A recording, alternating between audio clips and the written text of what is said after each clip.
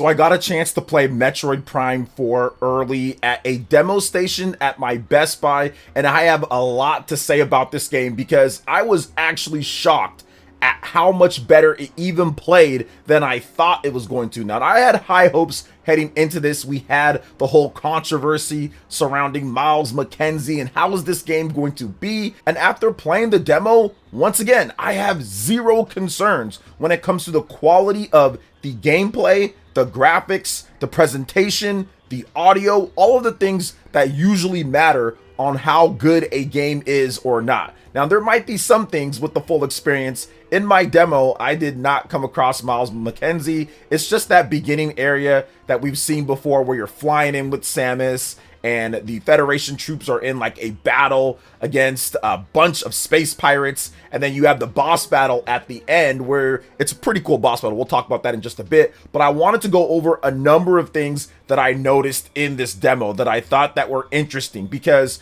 if you have heard what I've said about first-person shooters, I usually get nauseous playing them. Now, the demo unit that I played, it wasn't on a big screen TV. It was on the Nintendo Switch 2 screen itself in essentially tabletop mode with a Nintendo Switch 2 Pro controller. So I was able to feel the HD Rumble 2, I was able to see it on the screen, and I was also able to experience it in 1080p 60 frames per second and 720p 120 frames per second, because there is a graphics and performance mode that you can change in the menu section. And that's one of the first things that I did after kind of moving around and getting to grips with the controls, is I hopped into the menu section and said, okay, well, let me see if I can actually change it here. And it lets you do that. Now, I'll be honest here, guys, I'm not the biggest PC gamer, you guys know that.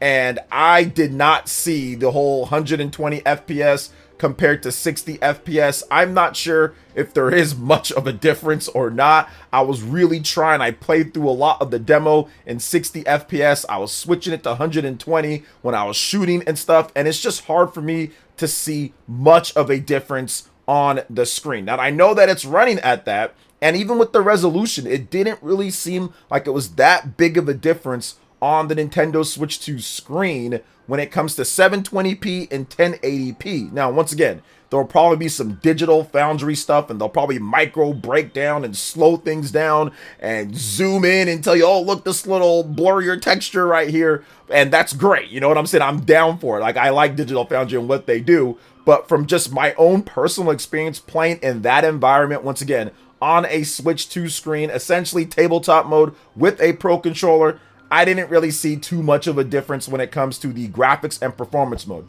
Now, and I do think that once you're playing on a big screen TV, which I have seen some people with the demo units, if you're playing on there and the 4K 60 frames per second compared to the 1080p 120 frames per second, I think there's going to be a difference noticeably in the graphics when it comes to that, considering how high you're going to the lower amount. Whereas 720p, 1080p, smaller screen, harder to tell these type of things. And 120 FPS, it's just going to be one of those things. Maybe you might be able to notice it more if you're using the mouse mode in the game. I was not able to use the mouse mode. There was a portable unit, like handheld, that I could have tried it, but I didn't. Actually, no, they don't let you detach the Joy-Cons on there. So no, I wouldn't have been able to try it because it's in like a shell thingy that's locked. But yeah, maybe in the mouse mode, maybe I think that's where the 120 FPS could really kind of come into play, and it feels a bit smoother and everything, like a PC type of shooter. But with a controller and playing in that environment on the screen, it just didn't really feel like too much. But I'm happy that the option's there, and I'm pretty sure that once you get it in docked mode between the 4K 60 and the 120 FPS 1080p, you're going to see some differences. You're going to feel some differences, especially if you're playing on a monitor with mouse mode or something like that. So, of course, I'll be doing full testing. But let's talk about what's important overall with this game. My personal impressions with the look of it. Graphics might be the best Nintendo has done, and that's crazy because this is a Switch 1 game running on Switch 2, but the work on this is absolutely excellent. The graphics looked great. Samus looked super nice and vibrant. Now, I don't have the footage of me actually playing it, but I do have the cutscenes when I was able to grab my phone and kind of show you whatever the cutscenes were. Then I had to go back to playing, so I do have that. And yeah, it looks awesome. It looks every bit as good as you would think that it looks, but sometimes the YouTube doesn't do it real justice, man. The game looks nice and it pops on that screen. So I'm very excited to kind of play it portable in addition to playing at home console. And I think that I figured out my whole issue that I have with nauseousness. I think that if it's on a small screen where I can sit back a bit and play it, I think I can play first-person shooters, or I can play this type of game at least, and not get nauseous. Maybe because it was moving super smooth or how the graphics are, but it was definitely better. Now, we'll see how that holds up over long play sessions, but if you're someone who gets nauseous with first-person shooters, I know a lot of you guys are out there because you've let me know, this might be a way to play it in tabletop mode with the Pro Controller. Playing it that type of way could be a way to alleviate it, and running at 120 FPS, because my gameplay session that I did was mostly at 120 FPS. I wanted to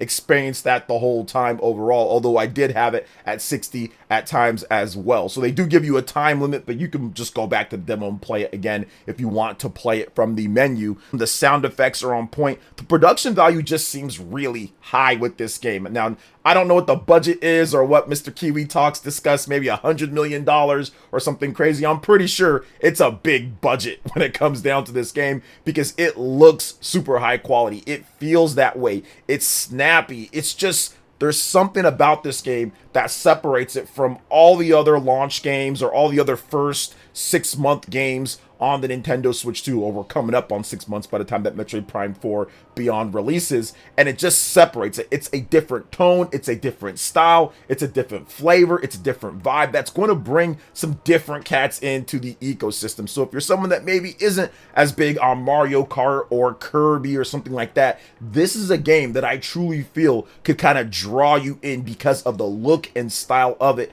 and what they're doing. Like I said, the production value from this game feels more of in line with the Microsoft, Sony, AAA type of thing, but also weird and unconventional and uniquely Nintendo in the same respect. So it's kind of grabbing some of the best things about the other stuff that you see, but then also adding in that Nintendo flair from their own Western development team. So I love that about the style and sleekness of the game. Now, another thing that I want to talk about when it comes to play the game, you can use the R or ZR trigger in order to shoot your beam. You have missiles on the R, you have your scanning as well with the X to pull up your visor, then the ZL to scan. You can get information from there to scan different things. There's also a free aim mode where you can freely aim just normally when it comes to the controls. So if you want, you can just play it like a typical first-person shooter. You can hold down and lock and then kind of move it in a free aim while you're charged. And that's actually going to play into some parts when it comes to some puzzles, and also how you fight some bosses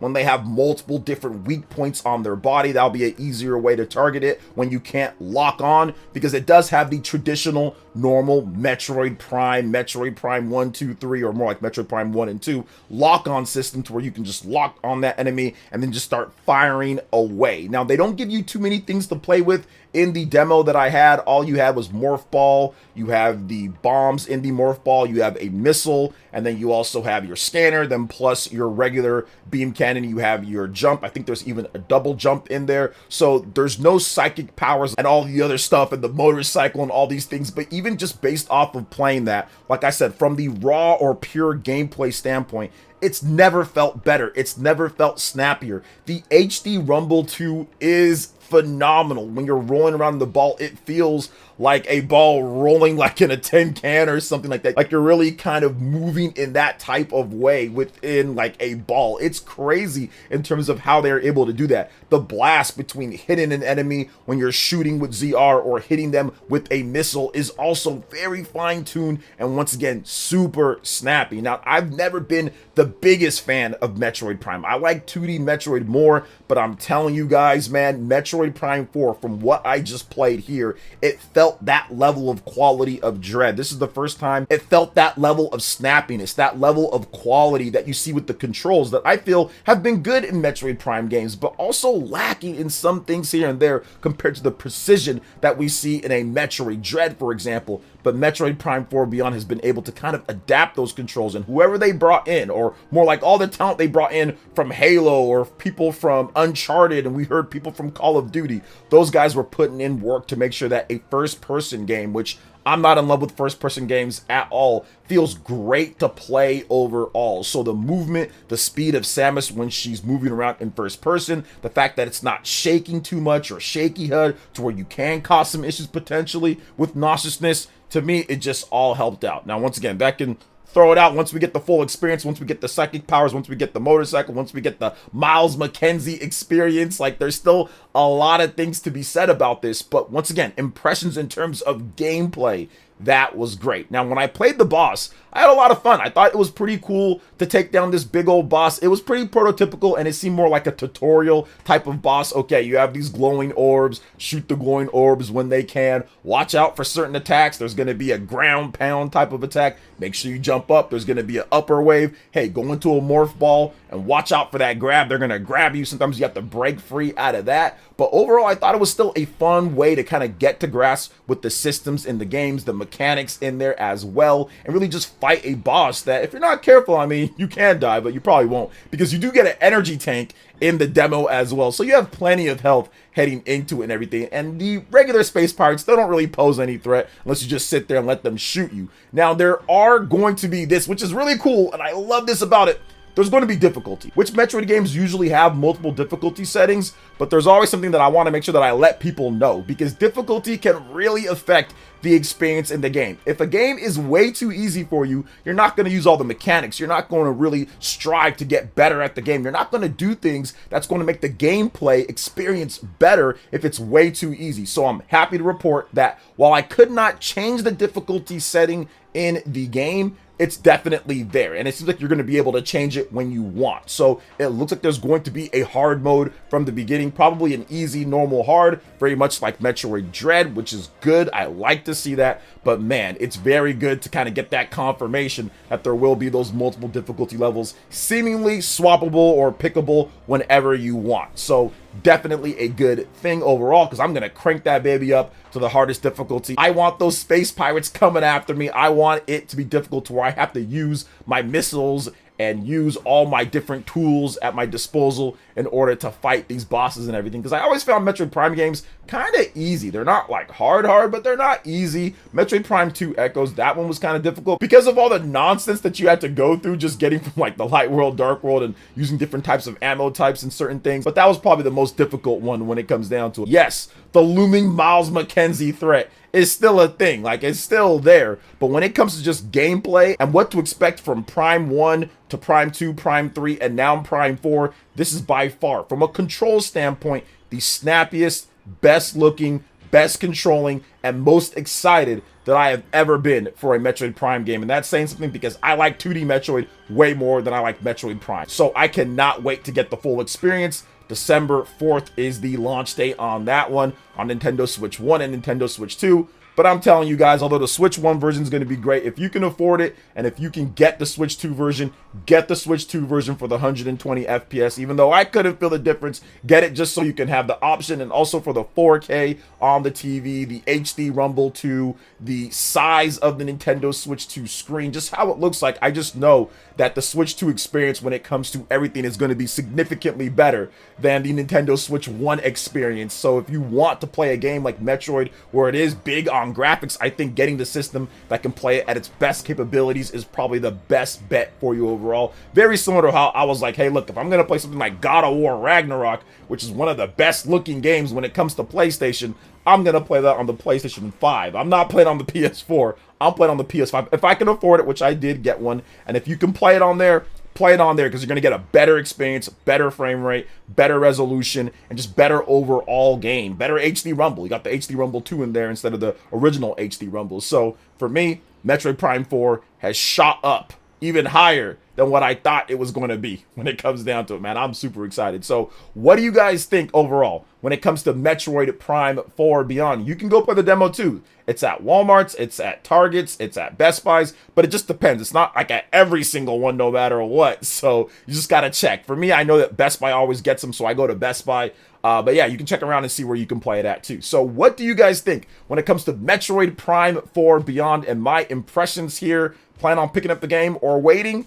Let me know in the comment section below. All right, guys, that wraps it up for this video here. Thank you so much for watching. I do appreciate it. Please make sure you hit that like button, subscribe if you are someone new, click that notification bell, and check out my other Nintendo Switch 2 RPG content and more right here on screen. Thanks for watching. We'll catch you guys for the next one. Peace.